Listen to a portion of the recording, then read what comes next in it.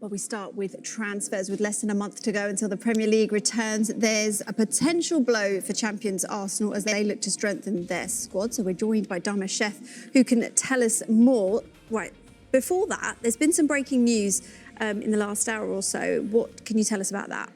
Yeah, this is about Vinícius Júnior. And Sky Sports News understands that as it stands, he looks set to stay at Real Madrid. And that's because Real Madrid have got no intention of selling Vinícius Júnior, and they are confident that he will, in fact, agree a new contract at the Bernabeu.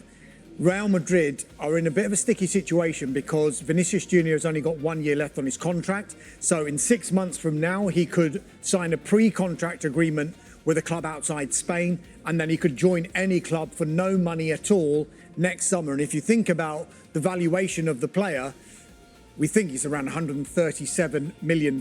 That's a big, big amount of money to forego by someone not signing a new contract. But it seems at this stage that Real Madrid are pretty confident that he will agree that new deal. Jose Mourinho, the new boss there, has made that return, of course, to Real Madrid, values him very highly, and he wants him to stay put. So how will that impact Real's pursuit of Yan Diomandé? Unaffected. I don't think this was anything to do with Vinícius Júnior at all. I suppose they may have used it as almost like a way to maybe put pressure on Vinícius Júnior. But if you think about it, I think Dave Reed was on yesterday on Sky Sports News, and he was illustrating the positions that Yan Diomandé has been playing for RB Leipzig and during the World Cup as well. And he plays on both sides. So there is a situation where Yan Diomandé could play on the right. Vinícius Júnior signs his new contract at Real Madrid.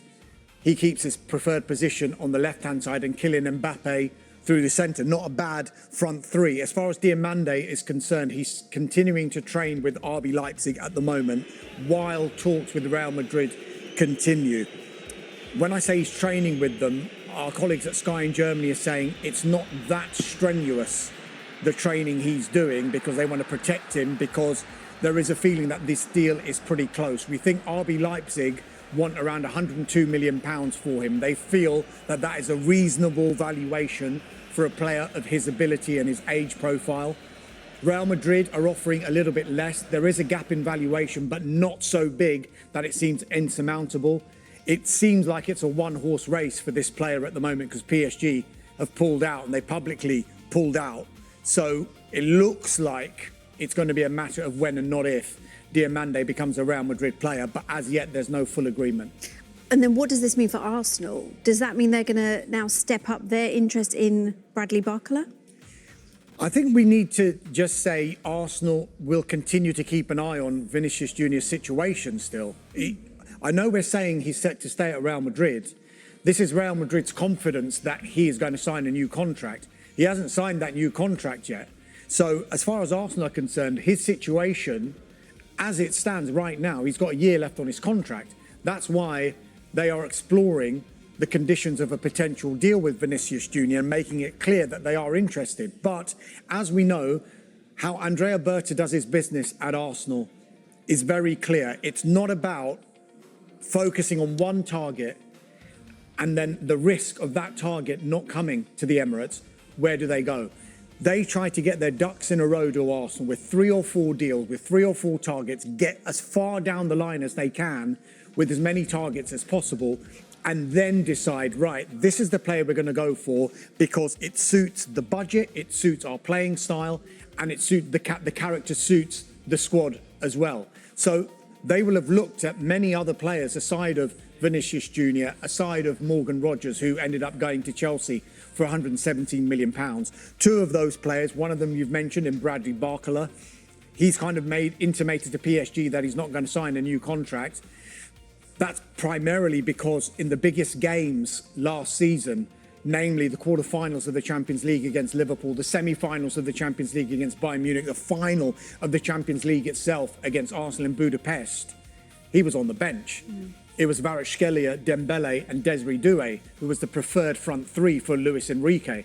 He doesn't want to go through that again. Yes, it might have been eased his situation because Yan Diomandé is now not coming to PSG, but it doesn't change his situation really at PSG. He's still going to be the first pick after that front three. So it looks like he could become available for a transfer, but it's going to cost a lot of money. Liverpool are interested as well, and we think PSG might value him, well, initially at around £145 million. They see his age profile. He's a French international, and he's a back-to-back Champions League winner. That's how they will pitch it. That's why they will put the price at that high. The other player, of course, is Julian Alvarez from Atletico Madrid. The issue for Arsenal there is Atletico Madrid, don't want to sell. Their price is going to be absolutely huge. And the player's preference, as far as we know, is to go to Barcelona. But if he was to go, Atletico Madrid would probably want to sell outside La Liga rather than to a rival in the same league as them. Hence why it's probably wise that Arsenal keep an eye on the situation of Barcola, of Alvarez, and on Vinícius Júnior as well. Well, good evening. The transfer market is hotting up and only one place to start. That is Bruno Guimarães. There's a full article on talksport.com with all of the details. But the long and short of it is Bruno Guimarães on holiday fishing, wearing a Newcastle United hat. A lot of Newcastle fans taking encouragement because of that. And it's fair to say that Bruno Guimarães is not going to repeat what Alexander Isak did and go on strike or anything like that. So Newcastle can take encouragement, but Arsenal are moving behind the scenes. And although Newcastle still deny any formal written offer, our understanding, myself and chief football correspondent Alex Crook, is this negotiation is moving. Nothing done yet.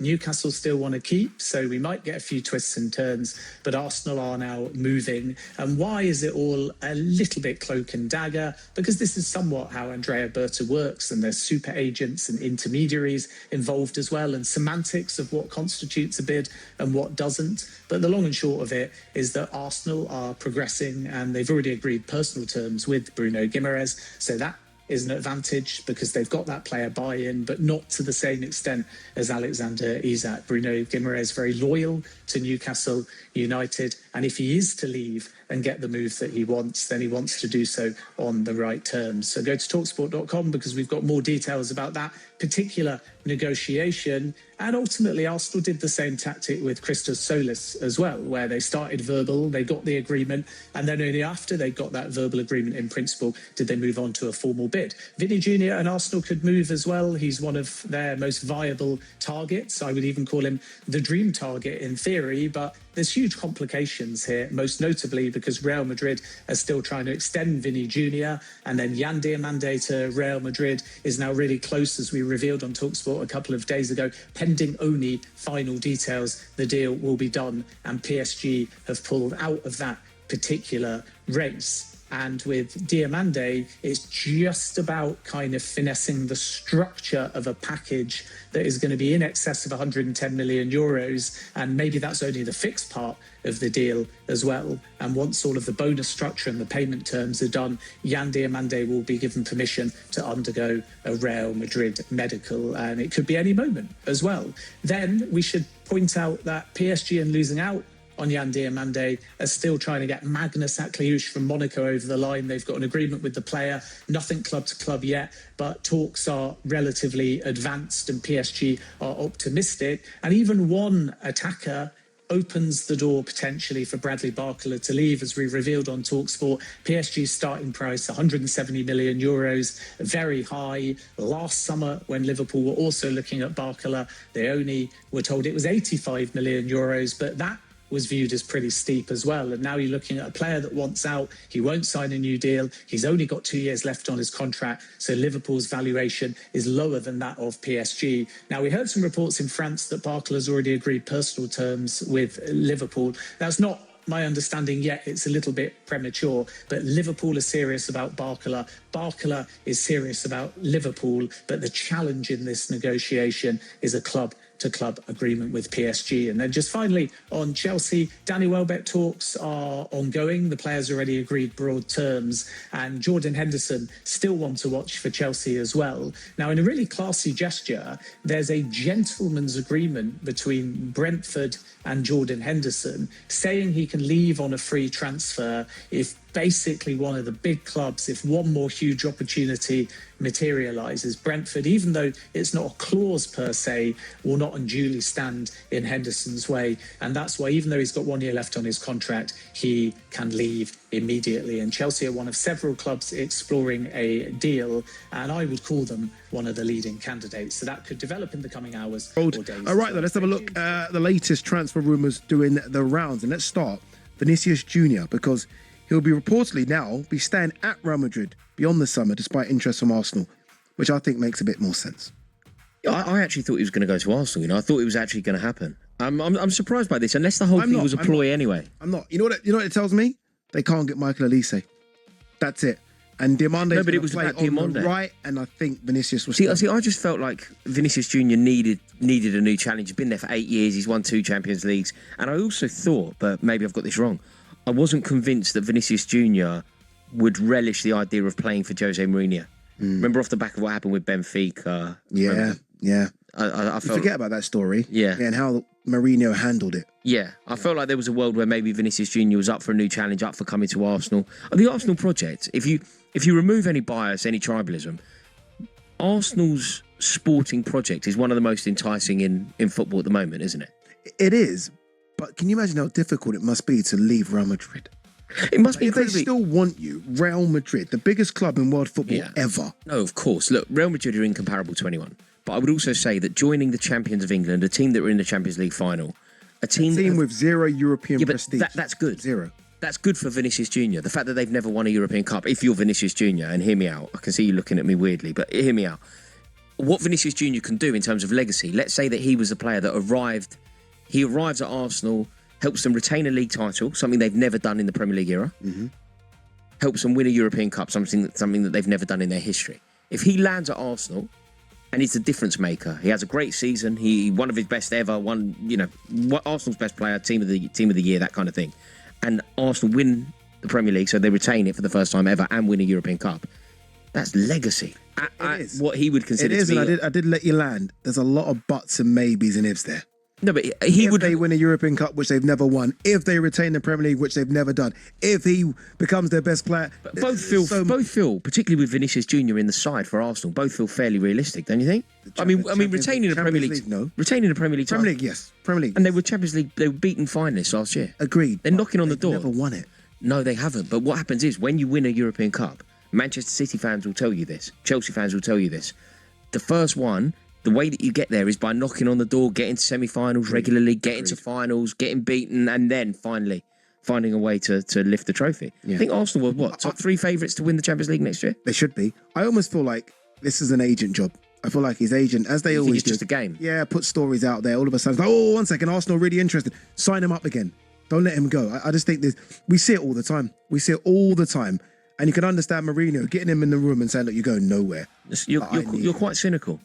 Yeah. You're quite cynical, but you're correct. So maybe you're not cynical, and it's me being gullible. Yeah, all right, let's move on to...